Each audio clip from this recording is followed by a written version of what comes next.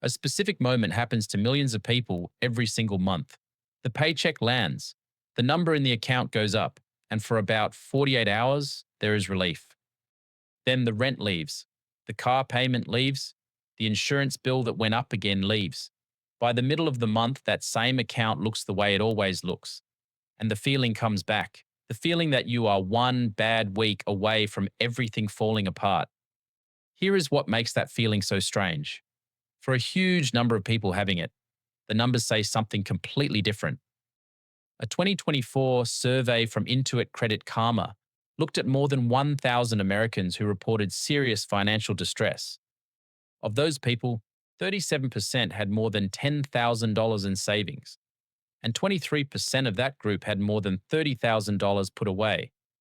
The typical American household has closer to $5,300 saved. So a large share of the people who feel the most financially panicked are sitting on more cash than the typical family around them. Researchers gave this a name: money dysmorphia. It describes a gap between what your finances actually look like and what your body believes they look like. Around 29% of Americans report it. Among Gen Z, the number climbs to 43%, and for millennials, it sits at 41%. And here is the part that should get your attention. Of the people who experience it, 95% say it is actively damaging their money. It pushes them into overspending, into avoidable debt, into holding cash instead of building anything with it. To understand why this happens, look at what happened to income over the past few decades. Goldman Sachs released a report in 2025 that produced a result nobody expected. Among workers earning between $300,000 and $1 and $500,000 a year, 41% said they were living paycheck to paycheck.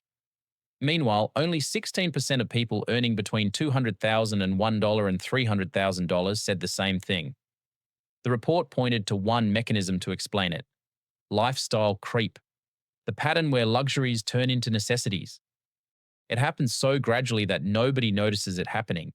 The raise arrives, and within 4 months, the apartment is bigger, the car payment is larger, the grocery habits have shifted upward, and the subscriptions have multiplied. None of that feels reckless in the moment. Each upgrade makes sense on its own.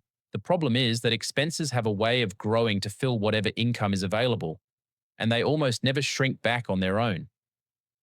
Psychologists have a term for the engine behind this: hedonic adaptation. It describes how fast human beings get used to improvement. The upgrade that felt amazing in March becomes normal by June.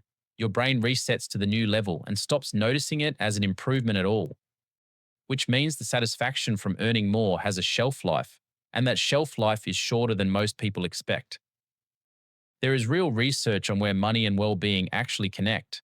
Daniel Kahneman and Angus Deaton published a landmark study in 2010 suggesting emotional well-being stopped improving above roughly $75,000 a year. Matthew Killingsworth at the University of Pennsylvania later found the opposite. In 2023, the three of them, along with Barbara Mellers, worked out the disagreement together using data from 33,391 working adults. Their conclusion was more layered than either original finding. For most people, well-being does keep rising with income, but for the least happy group, it flattens around $100,000 and stops. The takeaway is uncomfortable but useful. Income solves a specific category of problem. Anything outside that category stays exactly where it was, no matter how large the number on the paycheck gets. Now add the second force, and this one is newer. Before social media, financial comparison had a natural ceiling. You measured yourself against neighbors, co-workers, people you actually knew. Maybe a few dozen reference points, most of them living roughly the way you lived. That comparison set was narrow, and it was honest. That ceiling is gone. Research from FIS found that just over half of Americans surveyed feel they are not earning or saving enough compared to people they see on social media. Among Gen Z, that figure reaches 2/3. What you scroll through is not a sample of how people live. It is a filtered stream of the best financial moments from millions of strangers, stacked end to end with every ordinary Tuesday edited out. Nobody posts the credit card statement behind the holiday. Nobody mentions that the watch was gifted by a brand or that the apartment tour was filmed in a rental. Your brain was not built to process that. It treats those images as peers. And when everything you see looks like it is going better than your life, you decide you are behind, no matter what your actual balance sheet says. Look at what that comparison does to expectations. The 2025 Schwab Modern Wealth Survey asked Americans how much net worth they would need to be considered wealthy. Millennials answered $2.1 million. Gen Z said $1.7 million. The actual median American household net worth is around $192,000. So people have adopted a personal definition of doing fine that sits roughly 10 times above where the middle of the population actually is. There is a third piece, and it is the one people miss most often: phantom wealth. Millennial net worth has quadrupled over the past 5 years, according to Federal Reserve data. That generation is now worth about $15.95 trillion, up from $3.94 trillion. But most of that growth is locked inside assets that never show up in a checking account: home equity, retirement contributions, vested shares, invested funds. Your emotional read on your finances comes almost entirely from the balance you see when you open your banking app. And that balance leaves out nearly everything you actually own. So the wealth builds and the anxiety stays because the part of your brain doing the judging never gets to see the evidence. So what changes this? Start with an honest inventory.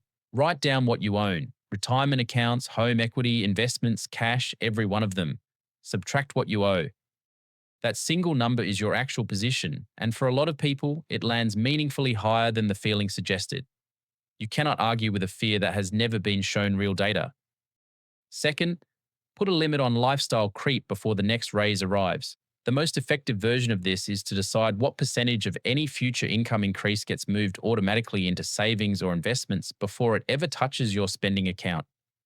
If half of every raise disappears into building assets on the day it arrives, your lifestyle still improves. But the improvement has a ceiling you chose, rather than one your habits chose for you. Third, audit the comparison feed, not by deleting everything, but by noticing which accounts leave you feeling behind and removing those specifically. That gap between your reality and what your feed shows you is where the anxiety lives.